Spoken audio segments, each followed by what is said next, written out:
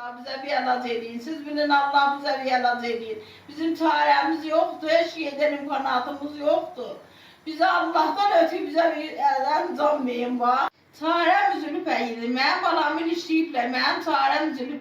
Besavadım bir idi. Elə gedərdi mənə bir şey çörək alaydı. Gedərdi mən elə ödənənə voltuyardıq, çay çörək yiyərdik. Gedərdi, işlərdi, fəhləli eləyəcək idi mənə çay çörək qoyardı bir də. Və mənim əlacım niyə üzümüzü sən yedən axı? Mənim əlacım üzülüb yedən axı. Məzullah, amandır. Özünüz bir çarə qılın mənə, bir çarə qılın.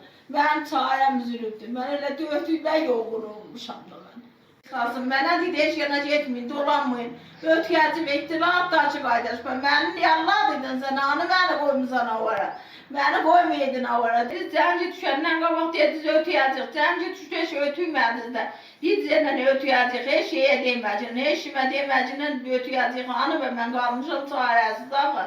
Mənim çarəm üzülüb sizə, yalvarayım. Mənə ərbiyə dərman edin, əlac edin. Mənim gözlərim çoydu. Gibi sənin cədiyənim yoxdur, elə bir yoxdu. Cədiydi, yiydi, içiydi, oturmuşdum önümdə.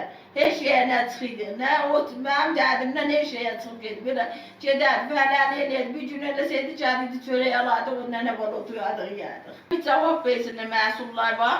Mən də qalmışam ovaya, nişanlısı da qalıb ovaya. Bizə bir içimizə bir cavab versinlər. Günah balamı niyə saxlamışsın sən? Və bir deyim qoyun, mən də günahım bilim da, mənim niyə vaya qoymusunuz axı?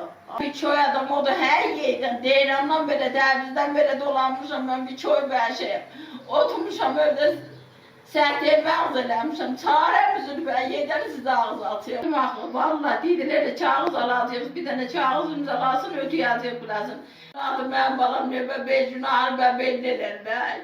Nə bir yeyə çıxıydı, neyri dedi, nəzi dövlət avarələrə yetişir.